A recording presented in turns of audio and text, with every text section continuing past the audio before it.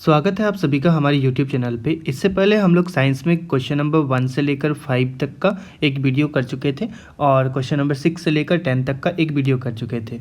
अब question number 11 पे आते हैं। क्वेश्चन नंबर 11 पे पूछा जा रहा है हमें कि how is the wall of small intestine adapted for performing the function of absorption of food, कि स्मॉल इंटेस्टाइन की जो दीवार है वो किस तरीके से अपने आप को एडप्ट करती है जिससे कि वो खाने को अच्छी तरीके से एब्जॉर्ब करे। हम लोग जानते हैं कि स्मॉल इंटेस्टाइन के वॉल्स में बहुत सारे न्यूमरस क्या होता है फिंगर लाइक प्रोजेक्शंस पाए जाते हैं। हम लोग जानते हैं कि उस फिंगर लाइक प्रोजेक्शंस को क्या बोलते हैं, विली बोलते हैं। विली क्या करता है तो सरफेस एरिया फॉर एब्जॉर्प्शन को इंक्रीज करता है।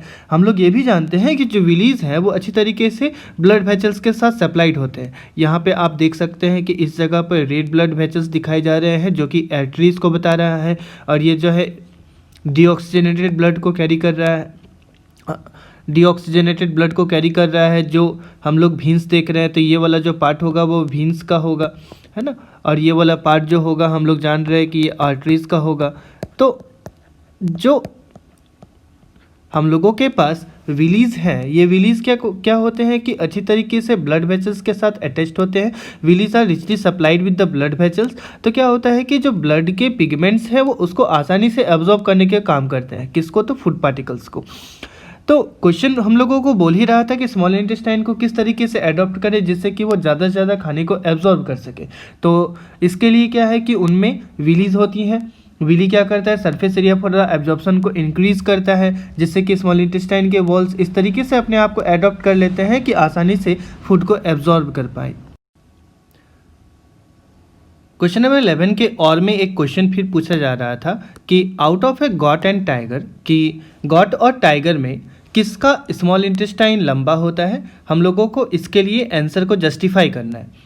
हम लोग जानते हैं कि जितने भी कार्निवोरस डाइटर होते हैं उनका इंटेस्टाइन छोटा होता है। कार्निवोरस डाइटर मतलब क्या, कि टाइगर जो होगा उसको हम लोग क्या बोलेंगे, एक तरह का कार्निवोरस डाइटर है। तो कार्निवोरस डाइटर का जो स्मॉल इंटेस्टाइन है वो छोटा होता है क्योंकि उनको उतना ज़्यादा कॉम्प्लेक्स फूड पार्टिकल को जो है डाइजेस्ट नहीं करना पड़ता है। लेकिन जो हार्बीवोरस डाइटर है लाइक द गॉट, इनका स्मॉल इंटेस्टाइन बड़ा होता है। इनका स्मॉल इंटेस्टाइन बड़ा इसलिए होता है क्योंकि हम लोग जानते हैं कि इनको बहुत ही कॉम्प्लेक्स फूड पार्टिकल को, that is the food cellulose, खाने में जो सेल्यूलोज पाया जाता है उस फूड सेल्यूलोज को इनको डाइजेस्ट करना पड़ता है।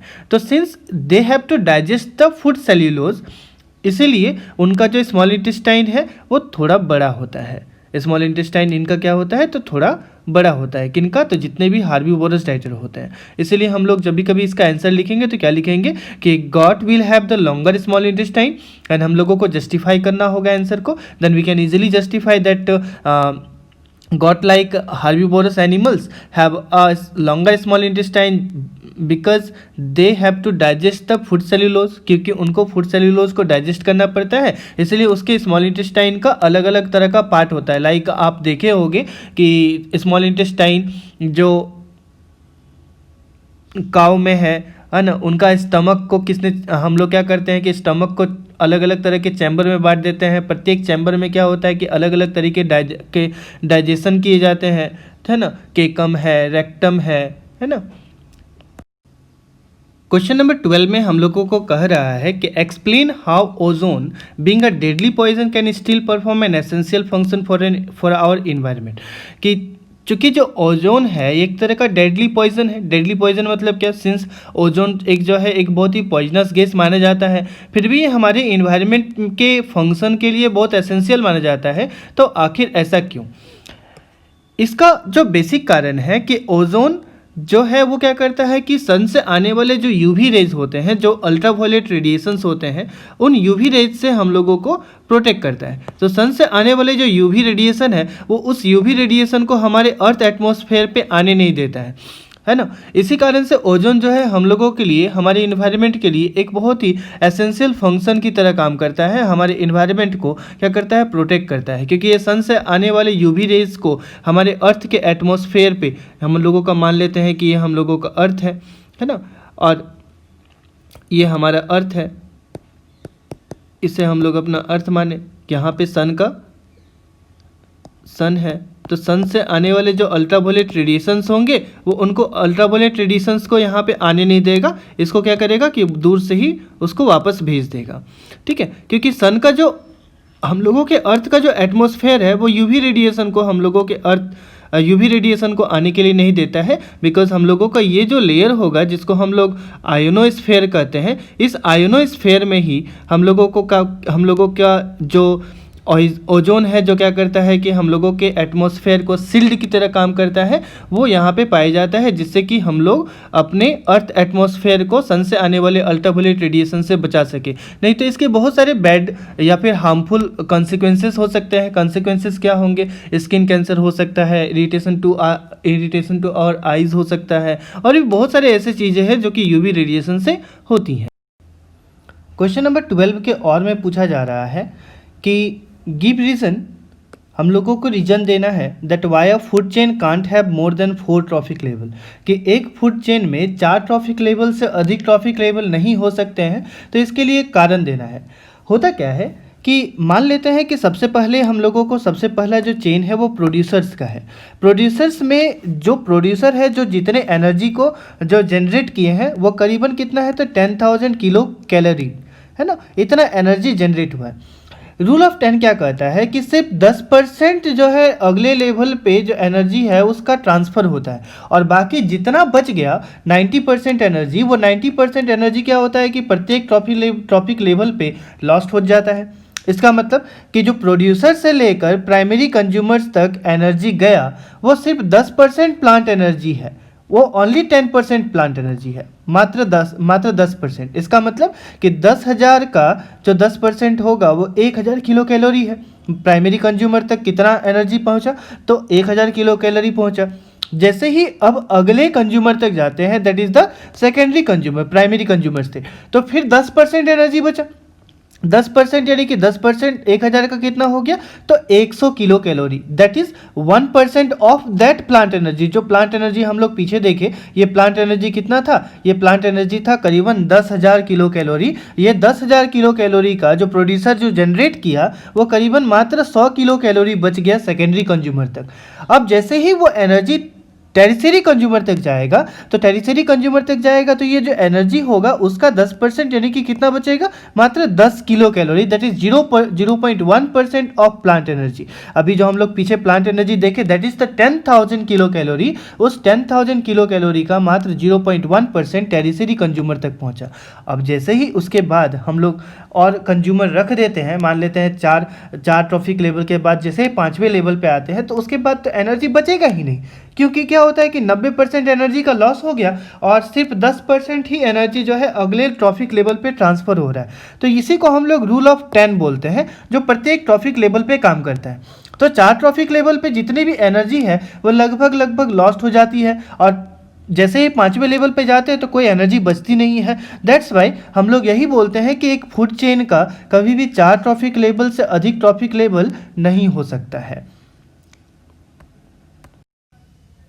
क्वेश्चन नंबर 13 में बोला जा रहा है कि state the role of pancreas in digestion of food, कि डाइजेशन ऑफ फूड पे पेनक्रियाज का क्या रोल होता है। एक्चुअली ये क्वेश्चन जो है बहुत छोटा है, क्वेश्चन 1 मार्क्स का है, तो हम लोग इसको क्या करेंगे कि वर्ड लिमिट के हिसाब से लिखेंगे, नहीं तो रोल ऑफ पेनक्रियाज का जो रोल है फूड के डाइजेशन में वो बहुत सारा है। तो हम लोग क्या कर सकते हैं, हम लोग लिख सकते हैं कि पेनक्रियाज जो है एक डाइजेस्टिव जूस सिक्रेट करता है। हम लोग जानते हैं कि जो पेनक्रियाज है वो किस तरीके के डाइजेस्टिव जूस का सिक्रेशन करता है, तो हम लोग जानते हैं कि पेनक्रियाज क्या सिक्रेट करता है, तो पेनक्रियाटिक जूस। और हम लोग जानते हैं ये भी कि जो पेनक्रियाटिक जूस है उस पेनक्रियाटिक जूस में बहुत सारे अलग अलग तरीके के एंजाइम्स पाए जाते हैं और उनका ब्रेकडाउन अलग अलग तरीके से भी होता है। हम लोग जानते हैं कि जो पेनक्रियाज है उसमें एक एंजाइम पाया जाता है, पेनक्रियाज में जो एंजाइम पाया जाता है लाइक द ट्रिप्सिन एंजाइम पाया जाता है, कहाँ पर, तो पेनक्रियाज में। ट्रिप्सिन के बाद और भी बहुत सारे एंजाइम होते हैं। ट्रिप्सिन जो है एक तरह का हम लोग जानते हैं कि ट्रिप्सिन कैसा एंजाइम है, तो एक प्रोटीन डाइजेस्टिव एंजाइम है, it is the protein digestive enzyme. फिर ये और एक सीक्रेट करता है एंजाइम जिसको हम लोग बोलते हैं लाइपेज। हम लोग जानते हैं कि लाइपेज का क्या फंक्शन होता है, तो ये क्या करता है कि एमल्सिफिकेशन करता है, किसका, फैट का, emulsification of fat like the shop, emulsification of fat, ये फैट का एमल्सिफिकेशन करता है लाइपेज। जैसे हम लोग जानते हैं कि जो सोप मॉलिक्यूल्स है वो किस तरीके से डर्ट और डस्ट मॉलिक्यूल्स पे काम करते हैं, वो किस तरीके से हाइड्रोफोबिक पार्टिकल्स और हाइड्रोफिलिक पार्टिकल्स को सेपरेट कर देते हैं, उसी तरीके से लाइपेज क्या करता है, फैट का एमल्सिफिकेशन करता है। मतलब कि जो लार्जर फैट ग्लोबुलस है उसको छोटे छोटे फैट ग्लोबुलस में चेंज कर देता है। क्वेश्चन नंबर 14 से लेकर 16 तक, दैट इज 14, 15 एंड 16, ये 14, 15, 16 जो है वो असर्शन और रीजनिंग टाइप क्वेश्चन है। इसमें हम लोगों को सिचुएशन दिया गया है कि फॉर क्वेश्चन नंबर 14, 15 एंड 16 कि जो क्वेश्चन नंबर 14, 15 और 16 है इसमें दो स्टेटमेंट दिए गए हैं, एक को असर्शन लिखा जाता है और दूसरे को रीजन लिखा जाता है। इसके लिए हम लोगों को अल्टरनेटिव कोड सेलेक्ट करना है, that is A B C and D, जो इसका करेक्ट एक्सप्लेनेशन होगा। पहला जो हम लोगों को कोड दिया हुआ है वो है क्या कि both assertion and reason are true and reason is the correct explanation of the assertion.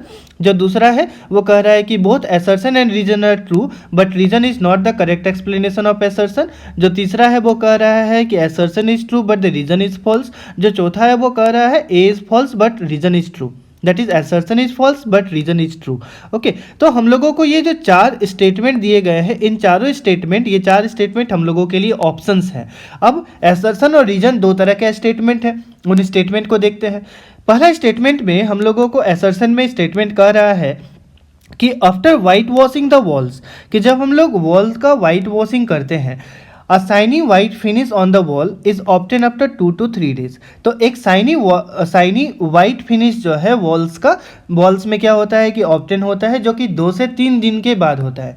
अब शाइनी वाइट फिनिश हम लोगों को 2 से 3 दिन के बाद क्यों ऑब्टेन हो रहा है, तो हम लोग जानते हैं कि जो स्लैक्ट लाइम है CaOH का होल 2, ये कार्बन डाइऑक्साइड जो हम लोगों के एटमॉस्फेयर पे होता है उसके साथ रिएक्शन करता है, तो ये बनाता है CaCO3 that is calcium carbonate और H2O। ये कैल्शियम कार्बोनेट जो है शाइनी फिनिश वाइट वॉशिंग के 2 से 3 दिन के बाद जनरेट होता है, जो क्या करता है हम लोगों के दीवार को एक शाइनी फिनिश देता है। लेकिन ये 2 से 3 दिन के बाद जनरेट होता है। अब रीजन क्या लिखा हुआ है, रीजन में कह रहा है कि calcium oxide reacts with carbon dioxide. सबसे पहला चीज तो कैल्शियम ऑक्साइड यहाँ पे जो है रिएक्ट कर नहीं रहा है, यहाँ पे जो रिएक्शन देख रहे हैं वो कैल्शियम हाइड्रोक्साइड का है, that is the select lime.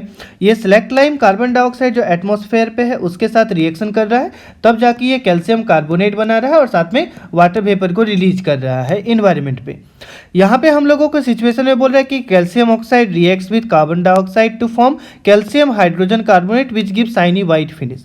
ये सिचुएशन है नहीं, तो हम लोग इसके लिए स्टेटमेंट क्या लिखेंगे कि असर्शन तो सही है लेकिन जो रीजन है वो क्या है कि गलत है। मतलब इसका जो आंसर होगा वो क्या होगा, सी होगा, that is assertion is true but the reason is false. Question number 15 जो असर्शन रीजनिंग का क्वेश्चन है, इसमें हम लोगों को कहा जा रहा है सबसे पहला assertion that food chain is responsible for the entry of harmful chemicals in our bodies, कि जो फूड चेन है यही रिस्पॉन्सिबल है हम लोगों के बॉडी में हार्मफुल केमिकल को इंटर करने के लिए। बिल्कुल सही बात है। हम लोग क्या करेंगे, सपोज दैट मान लेते हैं कि कोई खाना खा रहे हैं और खाने के साथ जो है किसी तरीके का पॉइजनस सब्सटेंस मिला हुआ है, तो खाना तो हमारे फूड चेन का पार्ट बन ही रहा है जब हम उसको खा रहे हैं, तब साथ साथ में जो हार्मफुल केमिकल्स फूड पार्टिकल्स के साथ अटैच थे वो भी वो जो पॉइजनस सब्सटेंसेस या फिर हार्मफुल केमिकल्स हैं वो भी हमारे बॉडी में फूड चेन के साथ चले जा रहे हैं। इसका मतलब कि असर्शन तो सही स्टेटमेंट हम लोगों के पास है। दूसरा रीजन को देख रहे हैं, रीजन क्या बोल रहा है कि the length and complexity of food chain very greatly, कि जो लेंथ और कॉम्प्लेक्सिटी है फूड चेन का वो अलग अलग तरीके से वेरी करता है। बिल्कुल सही बात है। हम लोग जब फूड चेन का जो लेंथ देखते हैं वो डिपेंड करता है कि जो पार्टिकुलर ऑर्गेनिज्म है, हम लोग लोअर लेवल में कितने छोटे छोटे ऑर्गेनिज्म ले रहे हैं और हायर लेवल पे जो है ऑर्गेनिज्म को कितना बड़ा बड़ा ले रहे हैं। तो लेंथ और कॉम्प्लेक्सिटी जो है पूरा फूड चेन पे डिपेंड करता है और फूड चेन पे ये अलग अलग तरीके से वेरी करता है, हम लोग जान रहे हैं। इसका मतलब कि रीजन भी सही है, लेकिन जो सिचुएशन है उस सिचुएशन में क्या है कि असर्शन और रीजन जो यहाँ पे दिया गया है वो एक दूसरे पे डिपेंड नहीं करता। इसका मतलब कि एसर्शन और रीजन तो करेक्ट एक्सप्लेनेशन है ही, साथ में एसर्शन और रीजन तो सही है ही, लेकिन रीजन जो है एसर्शन का करेक्ट एक्सप्लेनेशन नहीं है। इसका मतलब कि हम लोगों का जो आंसर होगा उसको हम लोग क्या लिखेंगे कि both assertion and reason are true but reason is not the correct explanation of the assertion. इसका मतलब कि क्वेश्चन नंबर 15 का जो सबसे पहला है उसका आंसर क्या होगा, उसका आंसर होगा बी। उसी के और में क्वेश्चन पूछा जा रहा है कि greater number of individuals are present in lower trophic level, कि जो लोअर ट्रॉफिक लेवल में इंडिविजुअल्स होते हैं उनका जो नंबर है, मतलब कि ऑर्गेनिज्म का जो नंबर होता है ट्रॉफिक लेवल के सबसे नीचे में, उनका जो नंबर है वो ज़्यादा होता है। बिल्कुल सही बात है। यदि हम लोग कोई मान लेते हैं कि प्राइमरी कंज्यूमर्स को लेंगे या फिर मान लेते हैं प्रोड्यूसर में लेंगे, तो प्रोड्यूसर्स का नंबर कम, लेकिन प्राइमरी कंज्यूमर्स का जो नंबर होगा वो प्रोड्यूसर्स का नंबर ज़्यादा होगा, लेकिन जो प्राइमरी कंज्यूमर्स होंगे वो कम होंगे। उसके बाद यदि प्राइमरी कंज्यूमर्स और सेकेंडरी कंज्यूमर्स में देखेंगे तो प्राइमरी कंज्यूमर्स का नंबर ज़्यादा होगा, सेकेंडरी कंज्यूमर्स का नंबर जो है धीरे धीरे कम होगा। मतलब कि ट्रैफिक लेवल पे जैसे जैसे ऊपर की ओर जाते हैं इंडिविजुअल्स का नंबर घटता जाता है और लोअर ट्रैफिक लेवल पे इंडिविजुअल्स का नंबर बढ़ता है। It means assertion is true, assertion सही है। रीजन जो हम लोगों को यहाँ दिया गया है उसमें बोल रहा है the flow of energy is unidirectional, कि जो फ्लो ऑफ एनर्जी है वो सिर्फ एक ही डायरेक्शन पे जाती है। यूनिडायरेक्शनल पे जाती है मतलब सिर्फ एक ही डायरेक्शन पे जा रही है। सही बात है। हम लोग जो फ्लो ऑफ एनर्जी देखते हैं वो कहाँ से देखते हैं, तो सबसे पहला आता है प्रोड्यूसर, प्रोड्यूसर से कहाँ जाएगा तो प्राइमरी कंज्यूमर्स पे जाएगा, प्राइमरी कंज्यूमर से कहाँ पे जाएगा तो सेकेंडरी कंज्यूमर पे जाएगा और सेकेंडरी कंज्यूमर से टेरिशरी कंज्यूमर तक जाएगा। इसका मतलब कि there will be a 10% flow of energy in each trophic level, प्रत्येक ट्रॉफिक लेवल पे 10% में एनर्जी का जो है फ्लो होता है। तो यहाँ पे जो फ्लो है एनर्जी का वो सिर्फ एक ही डायरेक्शन पे जा रहा है। ऐसा नहीं कि टेरिशरी कंज्यूमर से प्राइमरी कंज्यूमर पे गया, ऐसा नहीं है, ना ही प्राइमरी कंज्यूमर से डायरेक्टली टेरिशरी कंज्यूमर पे गया। तो फ्लो ऑफ एनर्जी क्या हो गया, यूनिडायरेक्शनल हो गया। इसका मतलब कि रीजन भी ट्रू है, लेकिन रीजन जो यहाँ पे दिया गया है वो एसर्शन का रीजन नहीं है। ये जो है रीजन अपना एक स्टेटमेंट है, तो हम लोग क्या कहेंगे, assertion is true and reason is also true but reason is not the correct explanation of the assertion. तो हम लोगों के लिए जो आंसर होगा वो अभी फिर से क्वेश्चन ऑप्शन नंबर बी ही होगा। तो हम लोग इसका आंसर लिखेंगे बी।